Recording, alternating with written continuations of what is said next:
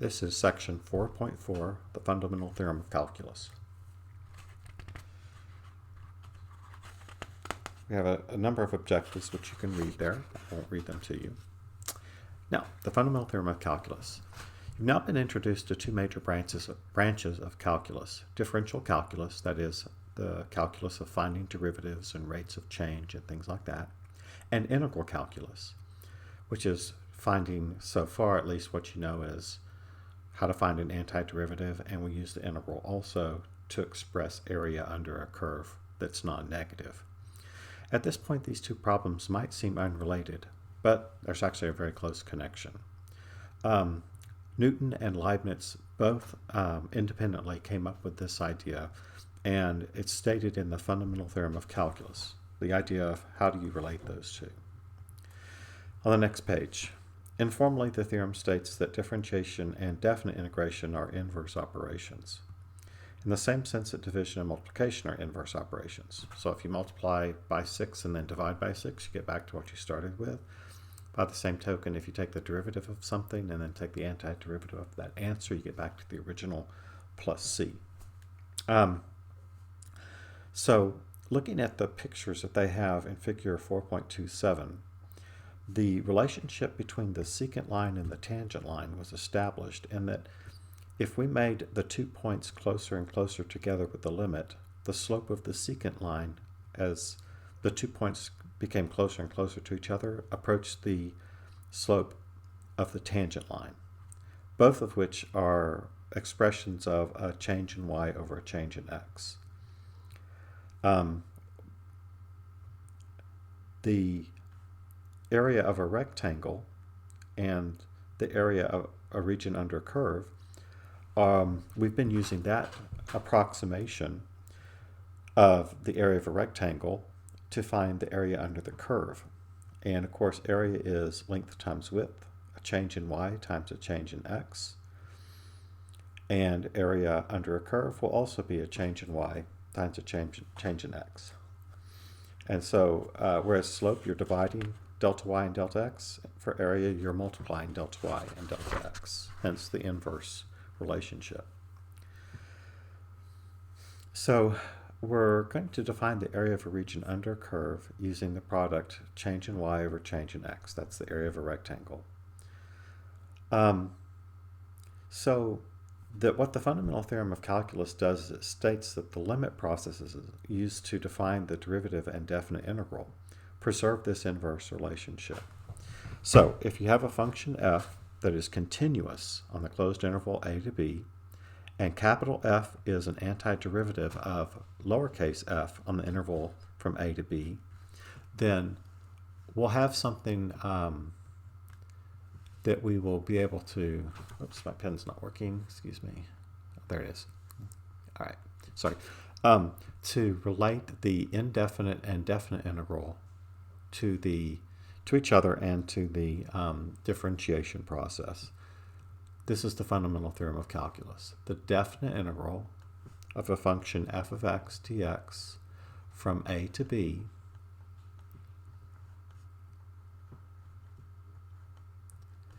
is equal to the antiderivative function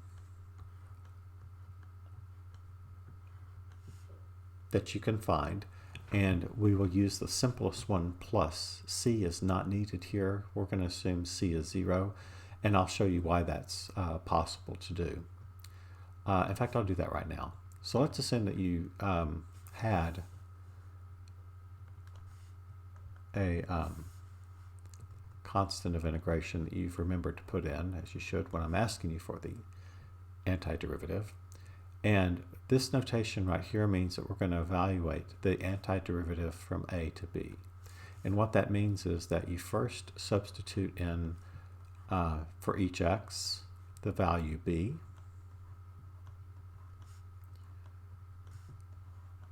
And then you subtract. It's important you realize that's always subtraction. Of course, if you subtract a negative, it does become addition, but it is initially a subtraction process. Then you substitute in the lower limit, a. So it's the upper limit minus the lower limit substituted in to your antiderivative. And if you remove those parentheses, or those brackets, you'll have f of b plus c minus f of a minus c, and of course the c minus c will cancel. So it doesn't actually matter what constant you use there. It will always cancel itself out. And so what we will do is we will not use plus c here. We'll just assume that it's 0, because it really doesn't matter if we put it in or don't, and why have to deal with an extra constant subtracting itself to become 0 every time? It just doesn't seem worth it. So this is the fundamental theorem of calculus right here. And it allows us to find a definite integral by using the antiderivative of the function and evaluating at the upper limit minus evaluating at the lower limit. It's a great connection. So some guidelines for using this fundamental theorem of calculus on the next page. 1. Provided you can find an antiderivative of your function f, you now have a way to evaluate a definite integral without having to use the limit of a sum. So that limit of a Riemann sum process that we went through, we will not have to do that every time from now on. That's a good thing. That's going to save us a lot of time. 2, of course, the big thing there is the big if, provided you can. There are a lot of functions whose antiderivative you will not be able to find yet. You may find out how to do that in Calculus 2 or Calculus 3. But there are some functions who do not have a closed form for their antiderivative. Nobody can find it. So that's an interesting thing. So that number 1, provided you can find, that's actually a pretty important statement. 2, when applying the fundamental theorem of calculus, the notation shown below is convenient. That's the notation I've already introduced to you up above. And then they give an example of that. So you find the antiderivative plus 0. And then evaluate it at 3 minus evaluate it at 1 in their example. Number 3, you actually don't need that constant of integration because it will cancel out, as I already showed you. So let's do some of these problems now without having to resort to the limit of a sigma expression and see if we can find these definite integrals.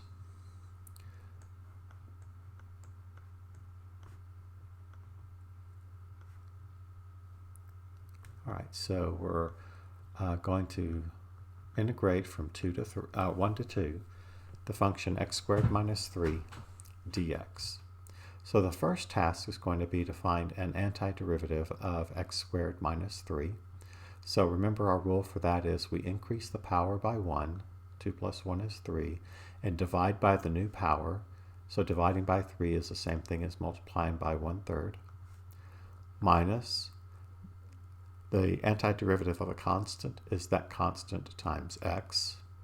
And remember, we could put a plus c here if the antiderivative were our goal. In other words, if there were no upper and lower bound here, that would ask us for the indefinite integral, which is the antiderivative. And so we'd actually need a plus c if there were no constants on the integral sign. But because there are, we're going to evaluate that antiderivative, from 1 to 2. So the order in which you substitute those in, because subtraction is involved, is very important. So the upper limit 2 will be substituted in for x first.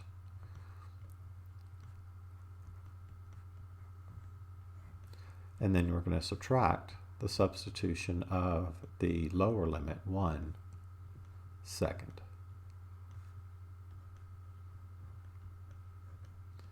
Okay, then once you do the arithmetic that's involved there, you'll have like 8/3 minus 6 minus 1/3 minus 3. And you go through all that arithmetic and you should end up with negative 2/3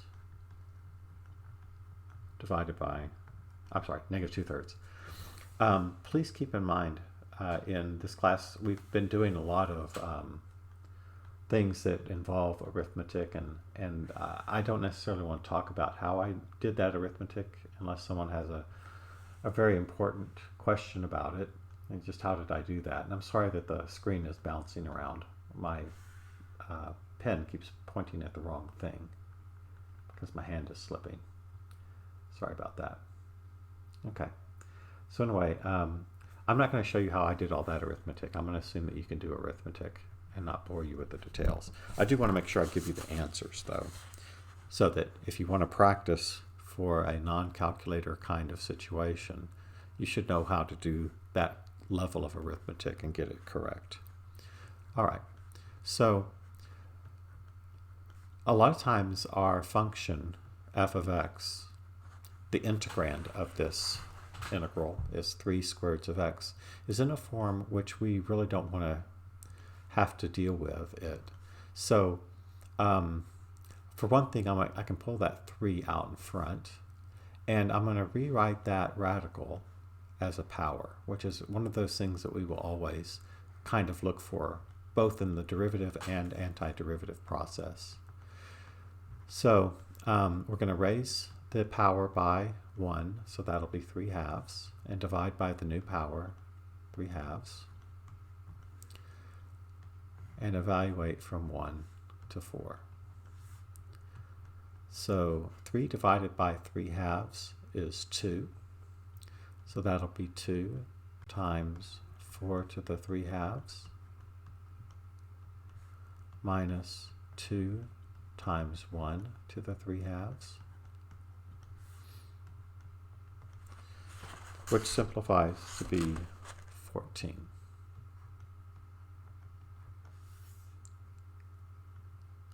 And again, that's arithmetic that you should be able to do without the use of a calculator.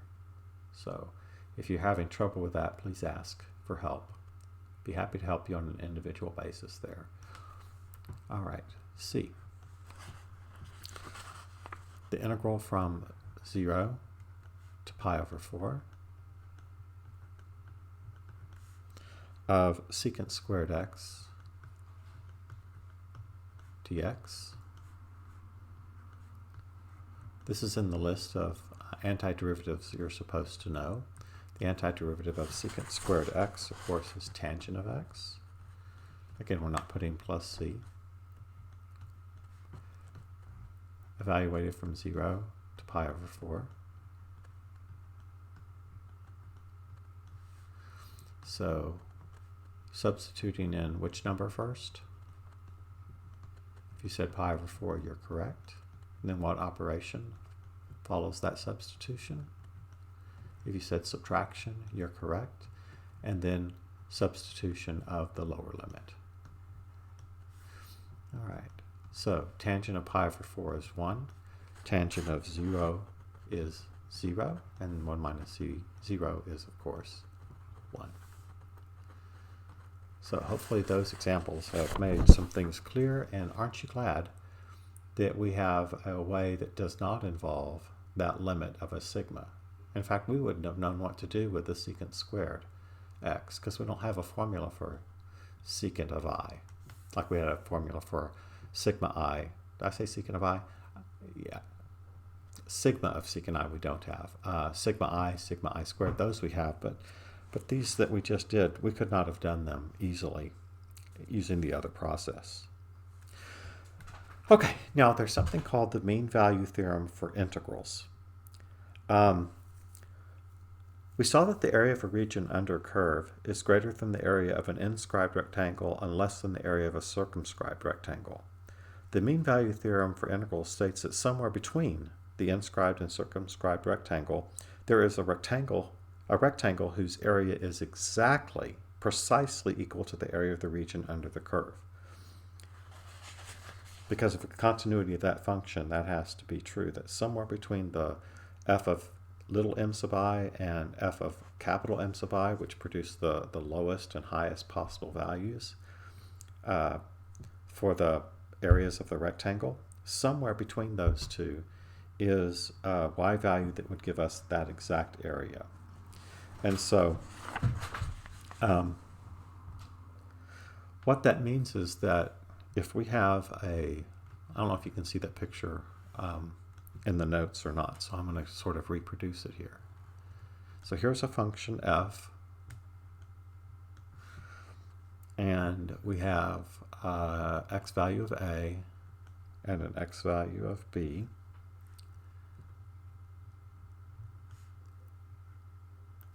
And there's some place between a and b, for an x value between a and b, that we're going to call c. There is some number c that exists such that f of c, which will give you the height of this rectangle, notice that it's where the function f touches the curve, touches the top of the rectangle. So f of c is that height, and the width of that rectangle is b minus a. Then necessarily multiplying the height of the rectangle times the width of the rectangle for some value of c, it will be equal to the area under the function f from a to b. In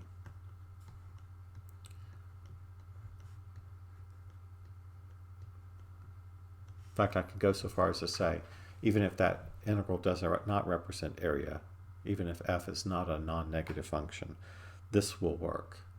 But this will be true. There is some number c for sure that if you put that into the function and multiply it by the width of the rectangle, b minus a, it will equal the definite integral from a to b of f of x dx.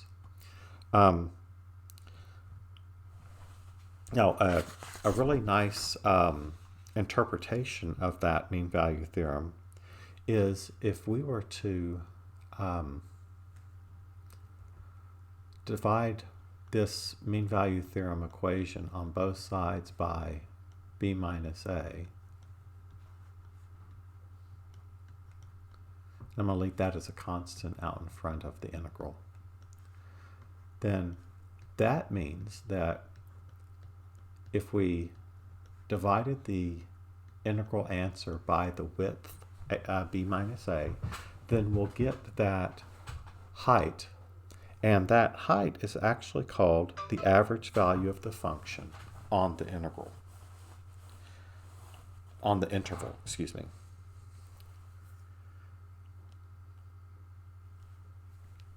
My phone needed to be silenced. All right, so if you turn to the next page, you'll see that the definition of the average value of a function, which I'm going to label y subscript avg, the average value of a function can be found using this formula, 1 over b minus a times the integral from a to b of f of x dx.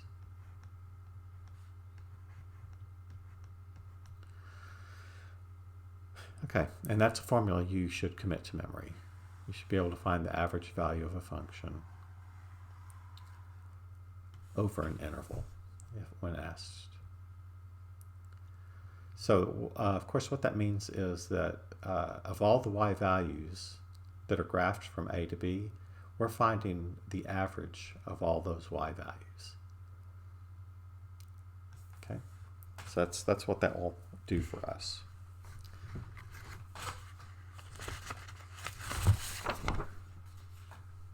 So if you have figure 4.32 there in front of you, the picture shows that the average value of that function is a horizontal line at y equals the average value, such that the area of the rectangle that's shaded is exactly equal to the area, or exactly equal to the integral from a to b of f of x dx multiplied by 1 over b minus a. So let's put that to practice and see if we can find an average value. So for this first example, our function is given to be 3x squared minus 2x.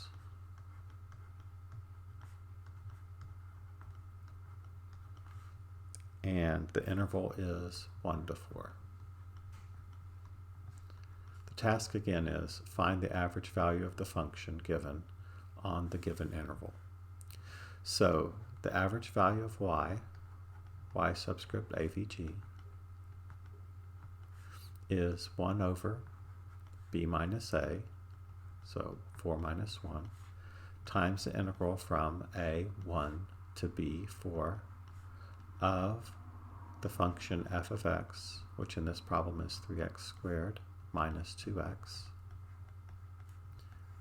dx. One point I need to make, and I probably should have said this earlier, is that the indefinite integral, if I don't have bounds on the integral sign, this still means to us find the most general antiderivative. And so that's going to be some f of x plus c, capital F of x, the antiderivative of little f. And notice that's a function. On the other hand, when we're using a definite integral, so that we do have upper and lower bounds, once we finish that process, the answer is going to be a number, not a function, but a number, a value. So you might want to keep that in mind, that the indefinite integral gives you a function, the definite integral gives you a numerical value. So the average y value is going to be a number because we have a definite integral involved. All right, so 4 minus 1, of course, simplifies to be 3 in the denominator. The antiderivative of 3x squared is x cubed, minus the antiderivative of 2x is x squared. And we're evaluating that from 1 to 4.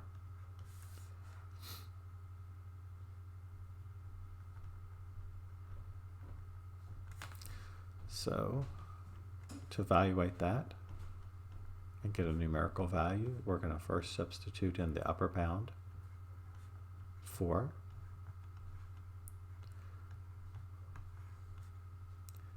minus, then we're going to substitute in the lower bound 1 to our antiderivative expression,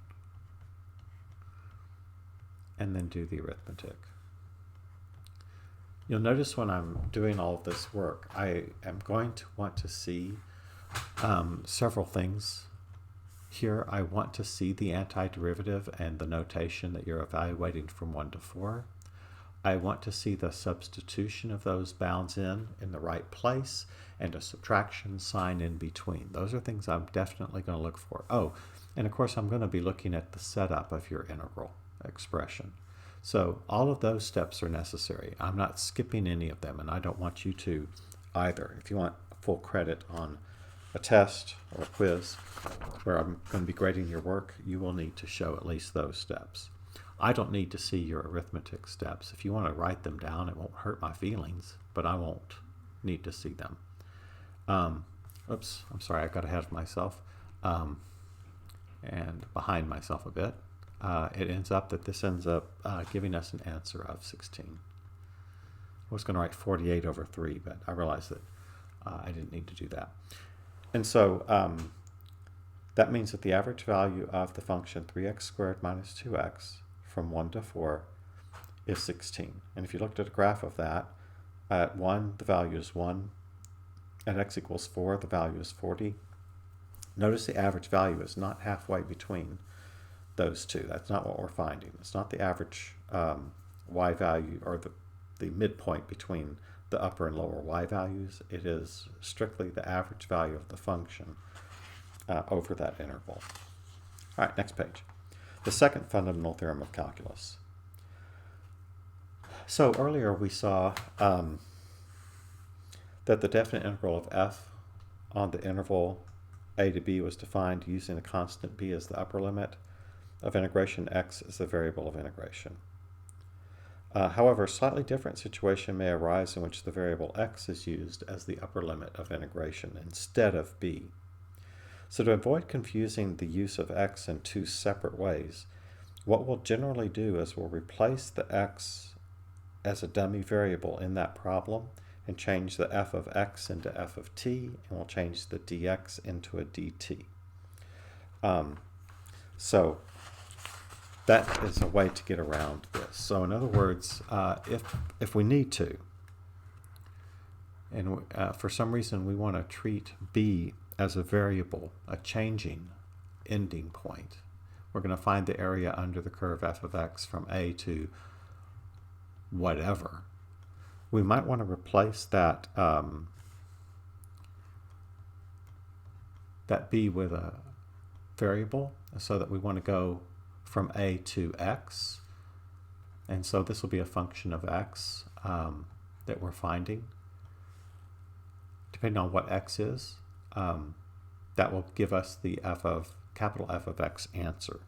And so because we've done that, we're going to take out the take out the x that's in the original problem and replace it with t, so that we're not confused about the role of, if we had x in all of those places, what do we mean by that x at that point in time? So it's really important that you know that. So, for example, if I defined a function, f of x, as the answers you would get if you were to integrate from 0 to x, so we have a changing higher upper bound of this area of cosine of t dt. Notice I'm using the dummy variable t now. And I wanted to find values of the function capital F of x when x is a bunch of different values. I could do the problem that many times, but it seems like that would be kind of a difficult task. It would be a lot of repetitive work, and that part that we're repeating is actually just kind of a waste of our time. Do it once and get the answer. So what I'm going to suggest that we do is find the antiderivative first. Don't worry about what x is yet. Just find the antiderivative. The antiderivative of cosine of t is sine of t. Remember, we're using a dummy variable, so it's just in terms of t now instead of x. And we'll evaluate that from 0 to x. And that means that we'll substitute in x first to that answer for each t, minus, and then we'll substitute 0 in for t. And of course, sine of 0 is 0, and this simplifies to be sine of x. So now that we have this answer, we can find all of those values that we were asked to quite easily, because all we have to do is substitute. So the first one that we were asked to do was for when x is 0. Instead of doing an integral from 0 to 0, which wouldn't be hard because it would be 0 because you're not moving anywhere. But at any rate, let's just make sure that that's right. We can just substitute 0 into our answer on the left side, and of course sine of 0 is 0, which does make sense. Now pi over 6, instead of integrating from 0 to pi over 6 and going through that whole process, we've already gone through that process, so all we have to do is substitute pi over 6 in to our answer. Of course, the sine of pi over 6 is 1/2. Okay, the next one we're asked to find is f of pi over 4.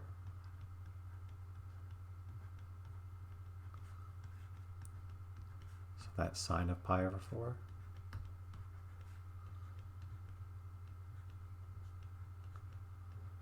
Just square root of 2 over 2.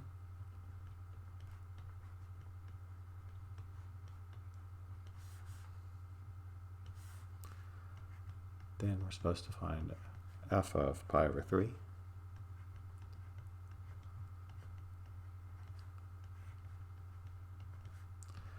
I hope you think that this substitution of 5 times into an answer is easier than finding that antiderivative and all that process 5 separate times to get to the same results. I hope that's something that you're thinking, oh, this is a real boon.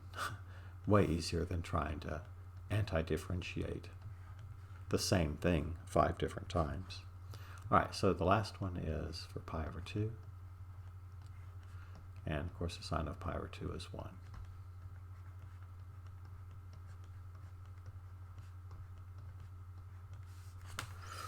All right.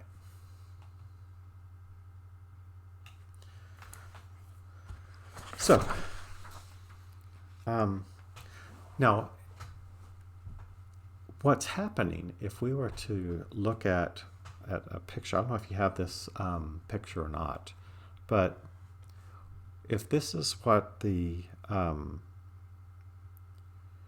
answers are for, let's see, this is the cosine function from 0 to pi over 2. That's sort of what it looks like. And when x is 0, we get no area. Then when x is pi over 6, we get an answer, and we've got that much area from 0 to pi over 6. Then when we do pi over 4, we have not only the area we've already found, we add to that a little bit more and get a bigger answer, which is the pink area plus the black region between the pink and green lines. And if you keep doing this, you'll see that for each of these, we're getting the answer by adding to what we already have. It's sort of like we're accumulating area as we go. And then finally, at pi over 2, we get the area of the whole thing here. And so we add just that little part to the right of the orange line to end up having the whole area. So we can think of the function capital F of x as accumulating the area under the curve f of t equals cosine t from t equals 0 to t equals x. For x equals 0, the area is 0 and f of 0 equals 0. For x equals pi over 2, f of pi over 2 is 1. And that gives the accumulated area under the cosine curve on the entire interval from 0 to pi over 2. This interpretation of an integral as an accumulation function is often used in many applications of integration. In example 6, note that the derivative of capital F is the original integrand with only the variable changed. That is, you can, hopefully you can see that statement. I better write it. I'm not sure you can see this. The derivative of capital F of x, which in this example, capital F of x ended up being sine of x. So the derivative of, by substitution, sine of x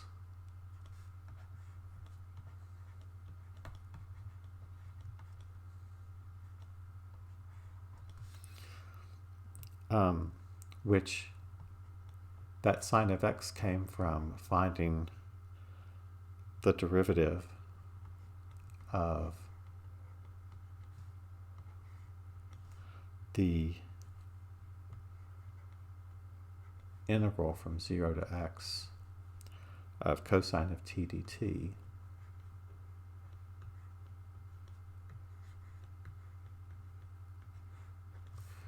and of course the derivative of sine of x is cosine x. And I want you to notice that this answer right here is exactly the same as the function you have here with the x variable in there instead of the t.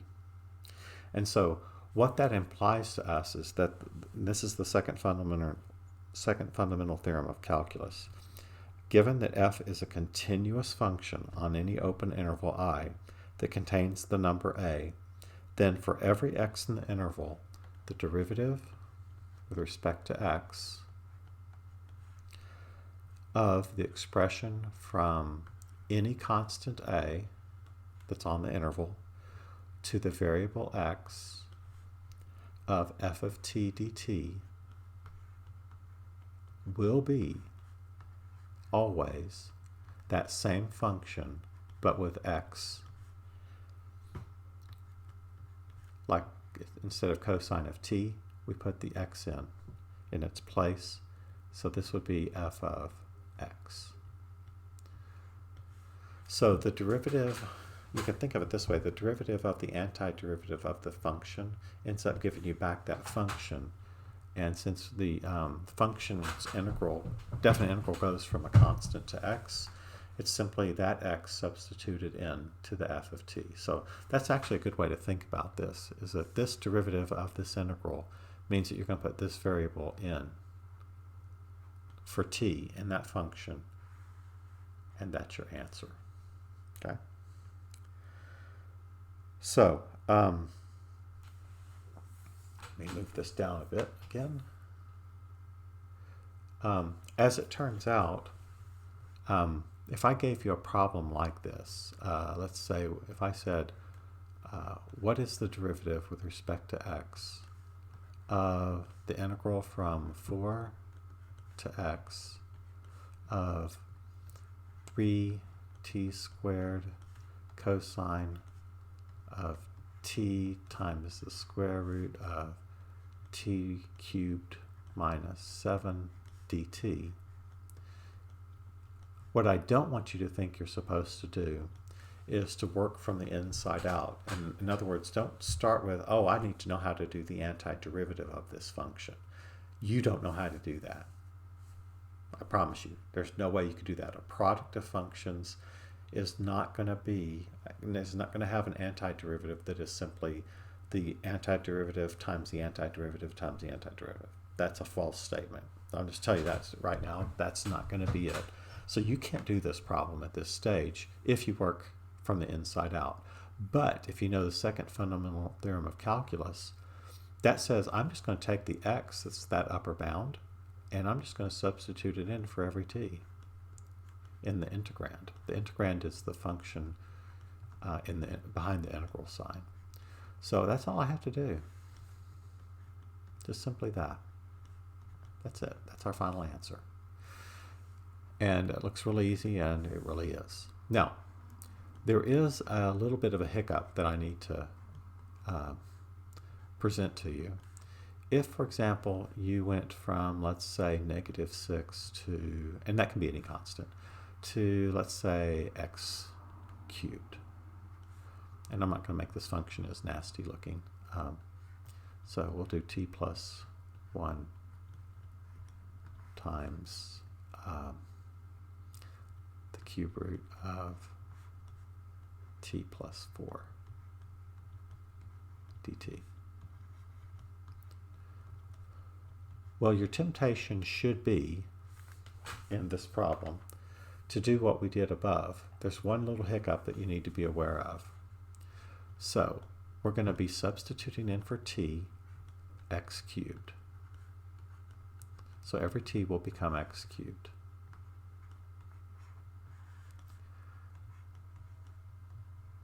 The only problem is the chain rule now comes into play, because the derivative of that, we're going to have to multiply by the derivative of the inside thing. So the derivative of that substituting expression, the derivative of x cubed, we'll have to multiply by 3x squared. And so that's the chain rule version of this. If this function as an upper bound is not just plain x, you have to remember to multiply by the derivative of it at the end. If it is plain x, of course, the derivative of x is 1. So you would have to multiply by 1, which won't change anything. That's why I didn't mention it before. All right.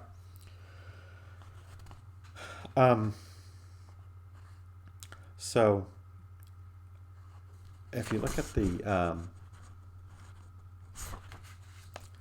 using the area model on the next page, for definite integrals, the approximation f of x times delta x, which is the area of a rectangle, would be approximated by using the integral from x to x plus delta x under the function f of t dt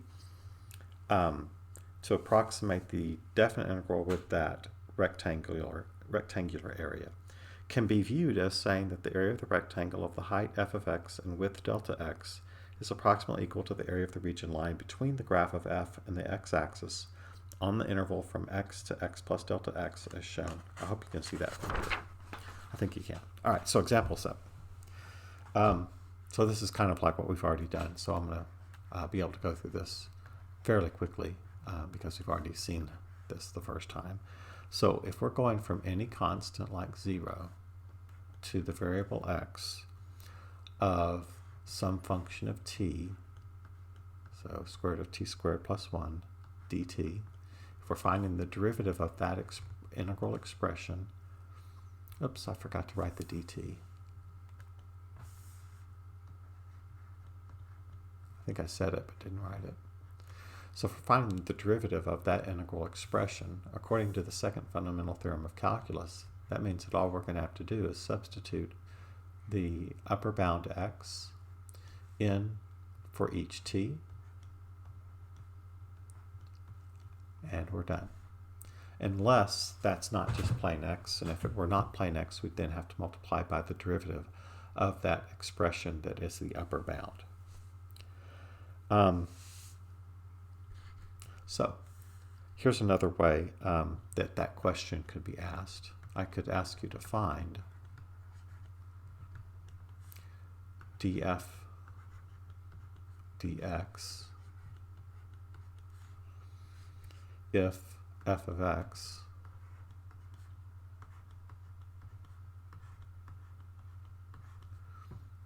is defined as a definite integral expression from 0 to x squared plus 3x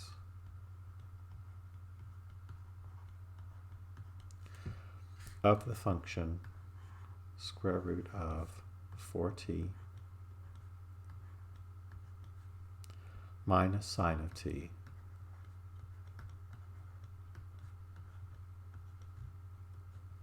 dt.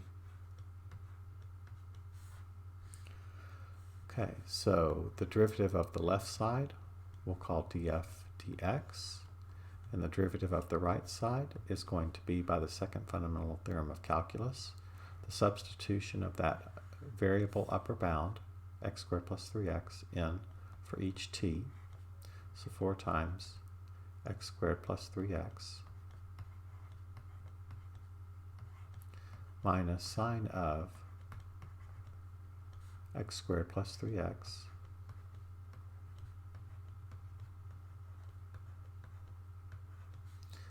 and normally I'd say, hey, we're done. But because that expression x squared plus 3x is not plain x, the chain rule says we then have to multiply that radical answer by the derivative of the inside function, and the derivative of x squared plus 3x is 2x plus 3.